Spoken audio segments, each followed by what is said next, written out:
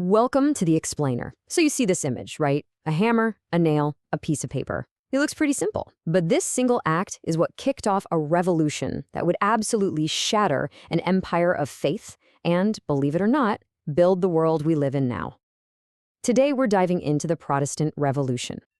And really, this is the big question we're tackling. How on earth did one monk with one argument cause such a massive explosion? Because the Protestant Reformation wasn't just some theological squabble. Oh no, it was a perfect storm of faith, politics, and brand new ideas that didn't just split a church, it completely redrew the map of Europe. You know, revolutions don't just happen out of the blue.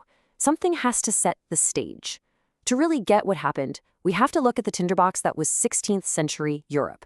It was a society that was just primed, absolutely ready for a massive change. So, first, you've got the Renaissance stirring the pot. And this was way more than just beautiful art. It was a total shift in how people thought. People started looking back to the ancient knowledge of Greece and Rome, and that led them to start questioning, well, pretty much everything, including the church's authority, which had been untouchable for centuries. And this gave rise to the ideal of the Renaissance man, someone who was curious about everything, who could connect all these different ideas. This wasn't just some dusty academic thing. It created a culture where challenging the status quo was actually seen as a good thing. It put human reason on a direct collision course with blind faith. And then you get the piece of tech that threw gasoline on the fire, the printing press. This was an absolute game changer. All of a sudden, these radical new ideas could be printed and spread across the entire continent like wildfire, totally bypassing the church's control over what people read and thought. Okay, so the stage is set. The tinder is bone dry. All it needed was a spark. And that spark didn't come from a king or a general. It came from a German monk, a guy named Martin Luther, who was about to pick a fight with the most powerful institution on the planet. This quote right here, it gets straight to the heart of what made him so furious. He saw the church selling these things called indulgences. And to him, it wasn't about faith. It was a scam. He was basically saying the church wasn't fishing for souls anymore, they were just fishing for cash. So what in the world was an indulgence? Well, think of it like a spiritual get-out-of-jail-free card. The church was telling people that if they paid up, they could buy a piece of paper that would literally cut down the time their loved ones, or they themselves, had to spend suffering in purgatory after they died. And this quote shows you it wasn't just a theological issue for Luther, it was a moral one. He thought the whole system was just spiritually bankrupt. It was telling people to spend their money on a piece of paper from the Pope instead of doing what he believed was their actual Christian duty, helping people in need right in front of them. Now, Luther's revolution was born from a crisis of faith, right? Well, the next one was sparked by a crisis of power. We're heading over to England, where a king had a great matter to solve. And by that, I mean he was desperate for a son. So just look at how this plays out. This wasn't about theology. It was about the dynasty. King Henry VIII needed a male heir, but the Pope said no way to annulling his marriage. So what does Henry do? He just uses his political power, gets Parliament to pass a bunch of laws, and step by step, he cuts ties with Rome until, bam, by 1534, he makes himself the head of his very own Church of England. And this just lays it out perfectly. On one side, you have Martin Luther, driven by a search for spiritual truth. On the other, King Henry VIII, driven by pure political ambition.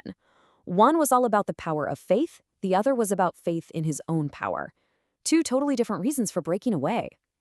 So, with this fire of reform spreading all over, a new guy shows up, and his goal is to organize it, to give it an intellectual backbone.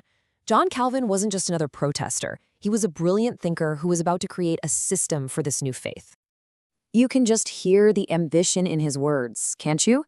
His huge work, The Institutes of the Christian Religion, wasn't just a random collection of thoughts. It was his attempt to build a complete, airtight, logical system. Basically, the ultimate user's manual for Protestantism. Now, a core part of his thinking, and a really controversial one, was this idea of predestination. This is the belief that God has already decided who's going to be saved and who isn't, before you're even born. Your fate is sealed from the beginning of time. It's a heavy concept. And Calvin's ideas did not just stay in a book. He actually put them into practice in the city of Geneva in Switzerland. He helped turn it into a theocracy, a city run by religious leaders, where the laws of the government were the laws of the church. And here's the thing you really got to get about Calvinism. It wasn't just about protesting the old church. It was a detailed blueprint for building a whole new society from the ground up. Government, laws, daily life, all of it based on his interpretation of religion. So what happens when you mix Luther's theological fire, Henry's political ambition, and Calvin's intellectual blueprint? Well, the result was the permanent shattering of what had once been a single, unified Christian world. And this table just sums it all up so clearly. You've got Lutheranism, born out of a crisis of conscience. You've got Anglicanism, born out of a crisis of royal succession. And you've got Calvinism, born from this intense intellectual drive to build an entirely new system. 3 completely different paths, 3 very distinct movements. And all of this leaves us with this huge question, one that people still argue about today. We saw Luther's incredibly powerful ideas, and we saw Henry's raw grab for political power. So what's the real engine of history? Is it the power of our ideas, or is it just the idea of power? The story of the Reformation shows us it's complicated, and we're still feeling the echoes of that explosion today.